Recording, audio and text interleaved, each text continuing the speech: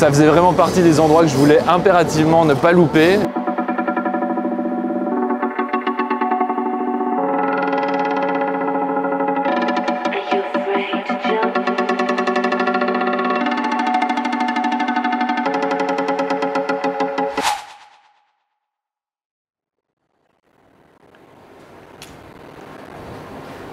Il y a des voyages comme ça, comme celui-ci, ici, à Tokyo, au Japon, qui vous font dire que ça va être vraiment quelque chose de très différent, une expérience vraiment complètement à part. Ça fait même pas 24 heures que je suis là, je peux vous dire que j'en ai déjà pris plein les yeux. Franchement, je pense que ça va être vraiment excellent. C'est ma première fois en Asie, évidemment aussi ma première fois au Japon. Je tombe sous le charme, quoi, les rues, etc. Bref, on est parti.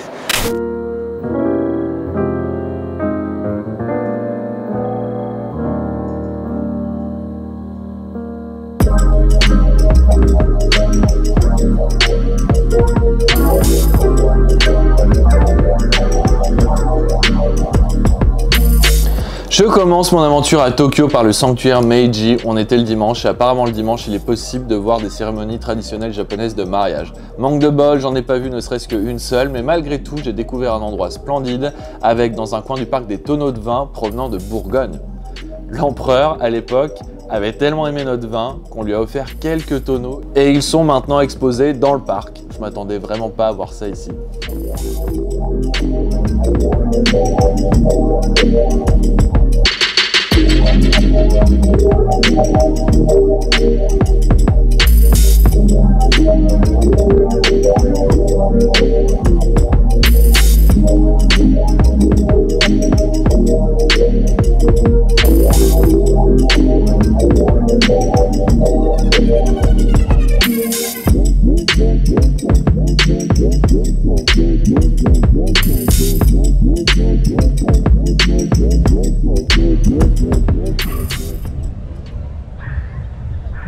Ce qui est marrant avec cet endroit, avec ce lieu, c'est qu'on passe d'une rue complètement blindée, complètement bondée avec 1000 personnes. On arrive à peine à marcher sur les trottoirs, mais les gens restent toujours respectueux.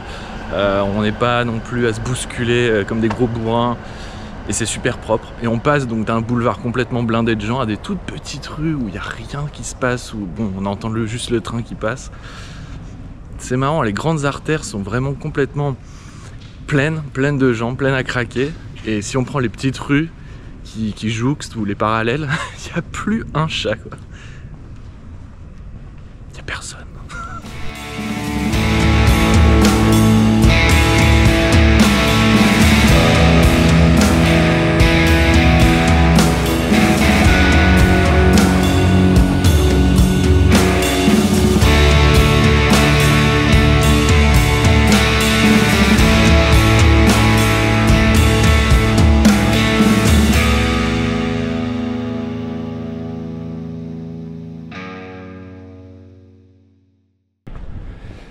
Salut les jeunes. Bon, lundi matin, il est 9 h. J'ai absolument pas dormi de la nuit. C'est mon second jour ici. La première nuit que j'ai passée, on va dire, ça s'est bien passé. Étant donné que j'avais passé 20 heures dans des avions, dans 2 avions, plus j'étais resté 6 heures dans un aéroport à Shanghai. Donc vu que j'avais pas dormi quand je suis arrivé ici, je me suis écroulé dans le lit pour ma première nuit. Mais là, la seconde nuit, je suis complètement jet-lagué. Et j'ai dormi 2 heures la nuit dernière. Donc là, il me faut impérativement un café serré, voire même 2 cafés, un double, j'en sais rien. Je vais prendre la bonne dose, bien ce qu'il faut pour me réveiller. Je pense même que ce sera pas le seul café que je vais prendre de la journée. Et il fait chaleur à crever. Il est 9 h comme je vous disais, il doit faire, j'ai pas regardé, mais il doit faire au moins franchement comme ça là, 26, autour de 20, plus de 25, entre 25 et 30 degrés là. Il y a une chaleur qui te prend là comme ça là. Ah, vivement le café hein. Des fois on tombe sur des trucs ici, ça me fait délirer. Je m'arrête juste 2 secondes, regardez ça. C'est pas tous les jours que je tombe sur des trucs comme ça, surtout à Istanbul.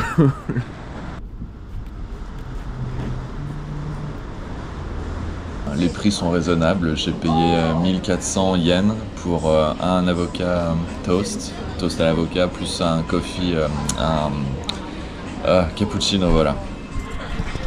Ça ressemble à ça. Prix raisonnable et délicieux petit-déj, c'est mon premier petit déjeuner ici à Tokyo et vous allez voir dans cette vidéo que je me régale de bout en bout ici. J'ai rarement autant apprécié des petits déjeuners que dans cette ville. Ok, arigato.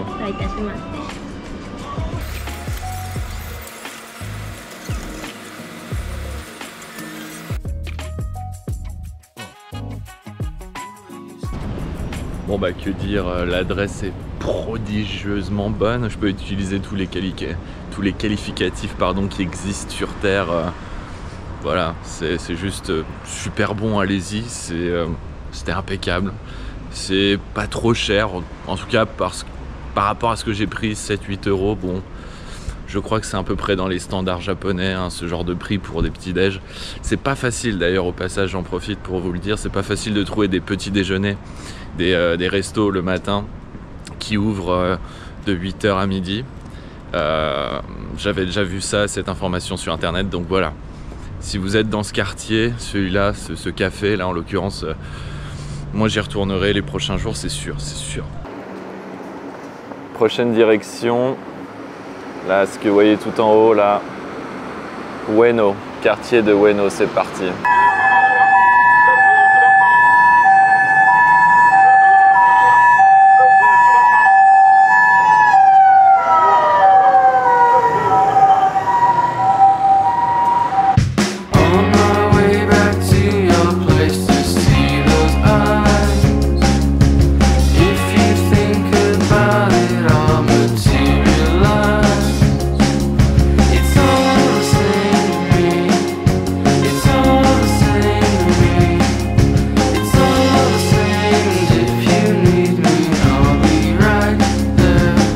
Pour laquelle je suis à Ueno, principalement là où je me trouve actuellement, je suis à la gare de Ueno et en fait j'y suis car j'ai besoin d'acheter un pass pour le métro, un pass qui s'appelle, j'ai oublié le nom, je vous le mettrai juste en dessous, et en fait ce pass apparemment on peut plus l'obtenir si facilement, les passes sont épuisés un peu partout, on peut pas les acheter dans les stations de métro de manière habituelle, il y a juste certains points dans la ville, certains endroits où on peut acheter ce pass et c'est quelque chose de très important parce que ça vous permet en fait de voyager comme vous le voulez.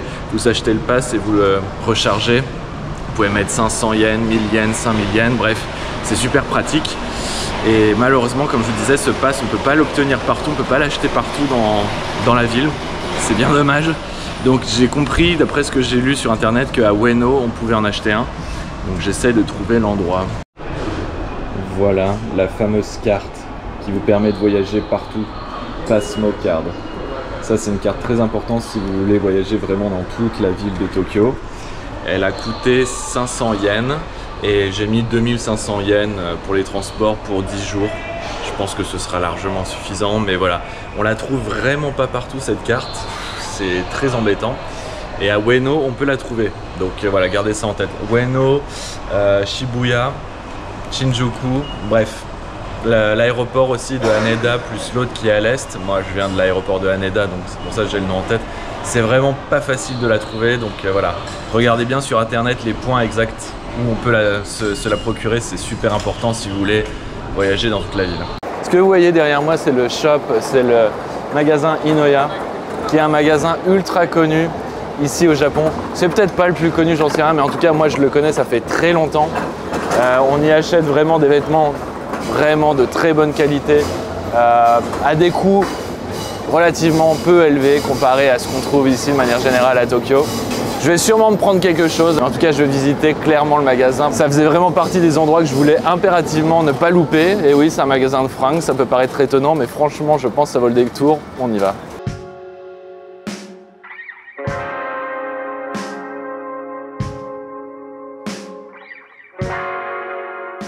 Ça reste quand même des prix moins abordables que H&M ou Zara, entendons-nous bien. Mais la qualité des produits, il faut aussi en parler un peu, ça n'a rien à voir avec les deux marques que je viens de vous citer. Et puis les coupes des chemises, les couleurs, les motifs, les matériaux utilisés. Perso, j'ai craqué sur 2-3 petits articles. Enfin, c'est pas comme si je venais tous les jours à Tokyo pour faire du shopping.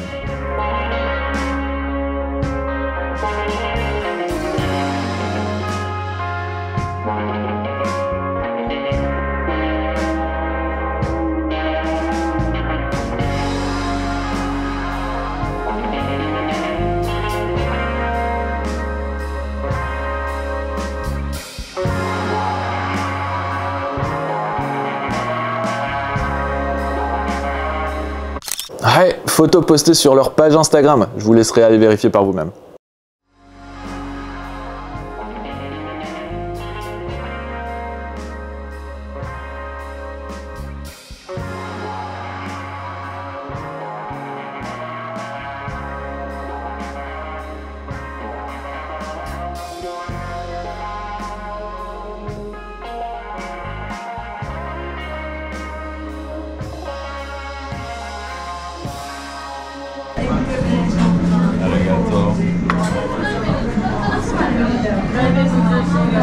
Le truc mais impossible à manger quoi.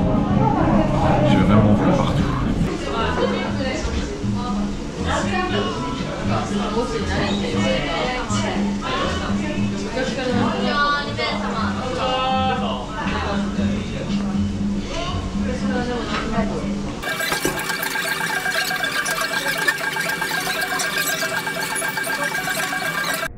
J'avais entendu parler comme quoi Tokyo c'était la ville de la bouffe et non pas juste pour leur cuisine japonaise, ce sont aussi les rois pour des petites adresses à burgers comme celle-ci. On peut mieux faire sur les frites quand même, on peut mieux faire.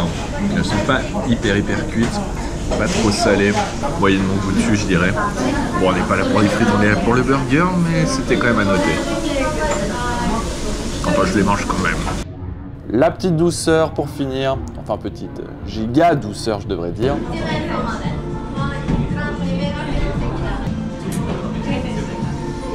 Wow. Burger Crane, un délice, foncez-y.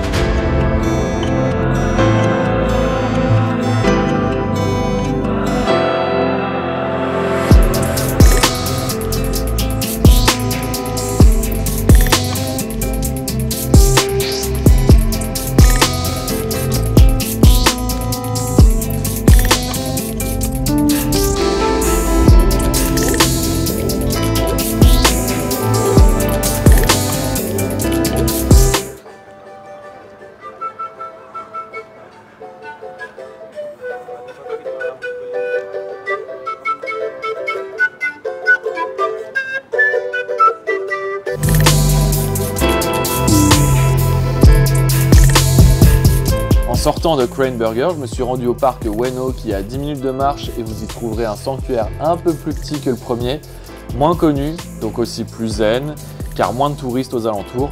Si vous passez par Ueno, je pense que vous devriez vous arrêter à ce parc, mais aussi à ce sanctuaire parce qu'il y a de quoi voir.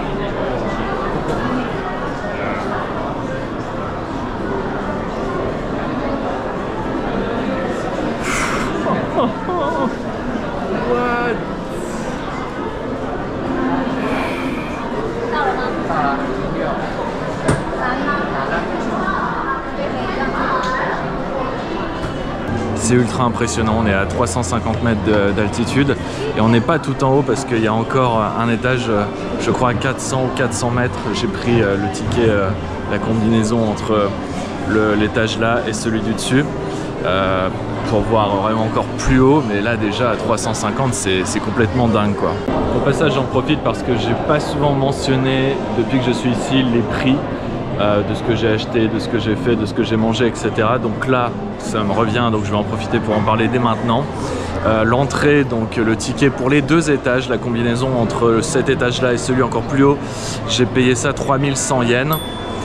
Si vous prenez juste l'étage où je suis, sans l'étage supérieur, je crois que c'était 2500 yens ou 2600, un peu moins.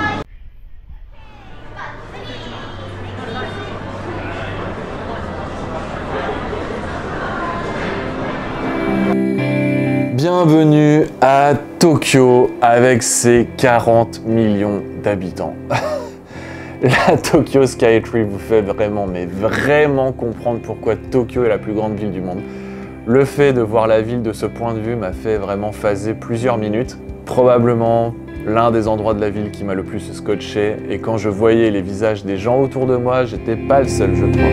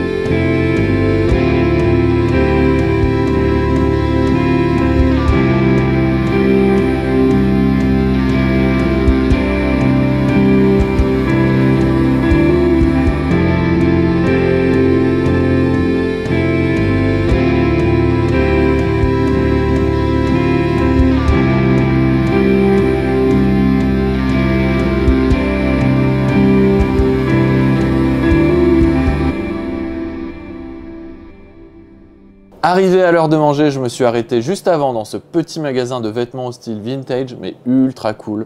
J'ai pas pu m'empêcher de filmer à l'intérieur. Et encore une fois, ce café, vous allez y manger comme des rois.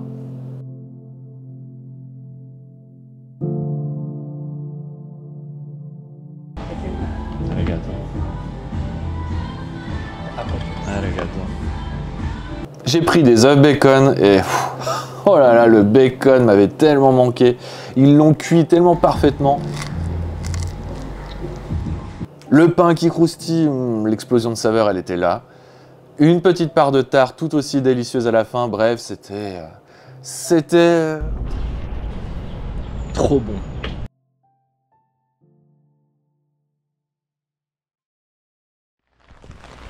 Hop là, bonjour. On est en plein sous la saison des pluies ici, on est en juin. Bon, il va pas pleuvoir durant tout mon périple hein, parce que j'ai regardé la météo. En juin, normalement, il pleut 1 jour sur 3, normalement, si tout se passe bien. Et aujourd'hui, c'est le cas, il pleut énormément. Et ça fait pas semblant quand il pleut ici, c'est vraiment des grosses trompes d'eau. Donc bah, ce que je vais faire, c'est qu'aujourd'hui ça va être la journée travail, la journée montage, enfin bref, je vais rester à l'hôtel, je vais faire de la lessive, des trucs voilà comme ça, donc je vais pas forcément beaucoup filmer.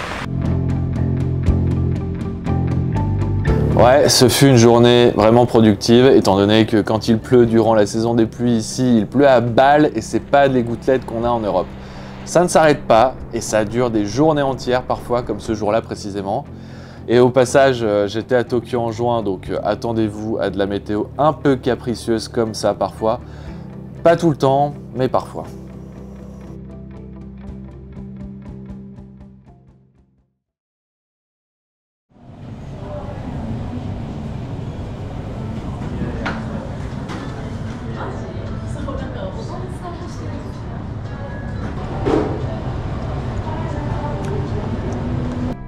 Ouais, bon, vous l'avez compris, je vous fais pas un dessin, c'était encore une fois très bon.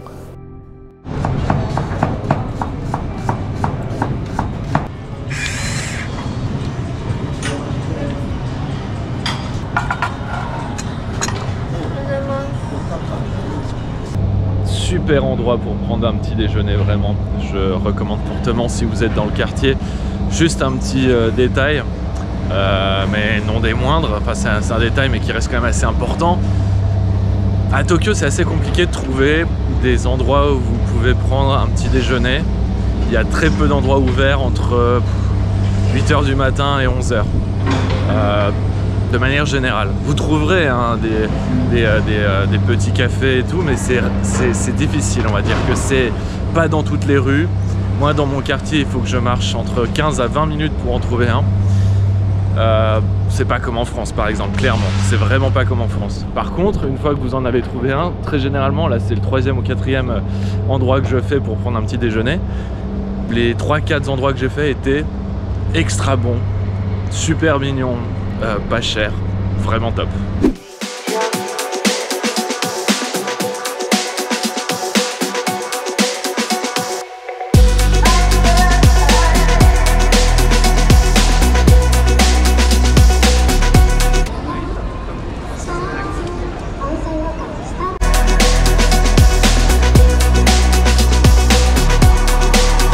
Le temps était un peu maussade ce matin, donc je me suis réfugié dans un centre commercial à Shibuya où il y a les magasins officiels de Capcom, Nintendo et Pokémon. Beaucoup de monde, mais des petites attractions de jeux vidéo sympas à regarder. Bref, c'était plutôt cool.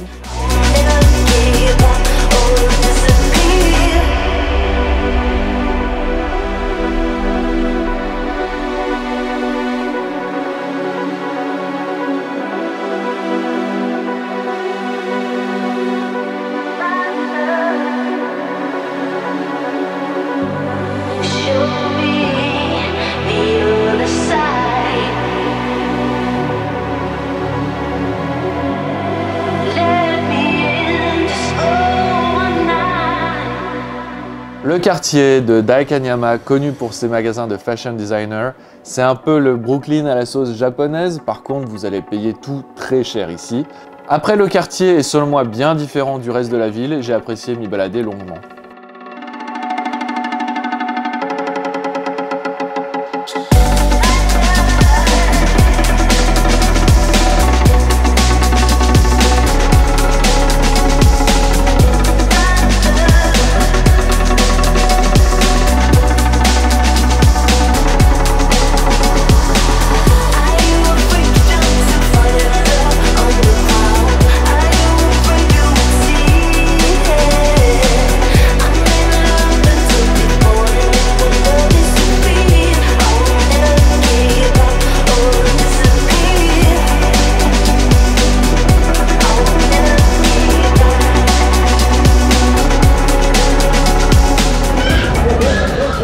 Salut, ça va? On se retrouve à Tsuru Tantan Udon. Bon, c'est un restaurant de udon. Pour ceux qui ne connaissent pas ce qu'est les udon, ce sont des noodles assez épaisses. Ça dépend, vous pouvez en choisir des épaisses ou des fines. Moi j'ai préféré pour le plat que j'ai choisi en prendre des fines. On se trouve au 13e étage d'une tour, donc à Shibuya, quartier très populaire de Tokyo.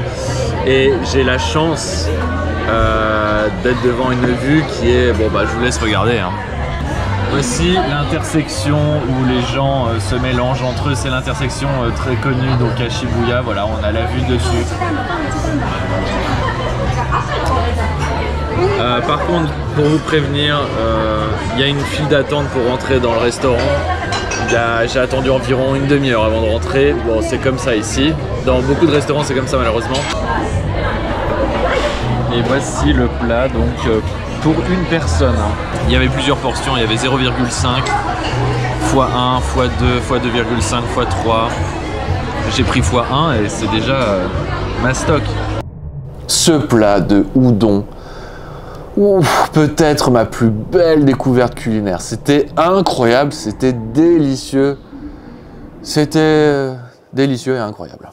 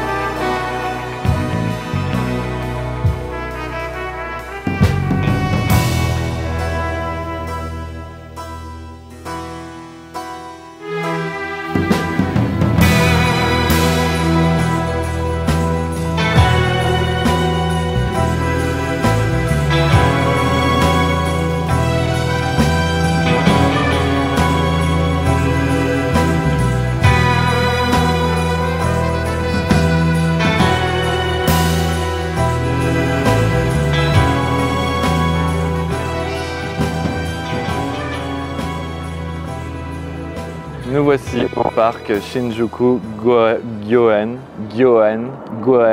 Bon, je sais pas trop comment le prononcer, mais voyez par vous-même, c'est un lieu absolument incroyable et magnifique. Et c'est donc là que cette vidéo se termine aujourd'hui, dans ce parc qui est magnifique.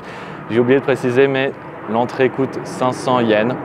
Donc franchement, ça les vaut. C'est pas un parc comme les autres, vous voyez. La pelouse est fraîchement tondue, on dirait un golf. En tout cas, je peux vous dire que cette vidéo, je l'ai vraiment fait avec le cœur parce que c'est la première fois que je venais au Japon et je peux que recommander ce pays à tous les gens qui sont jamais venus en Asie. C'est incroyable, ça met une claque énorme.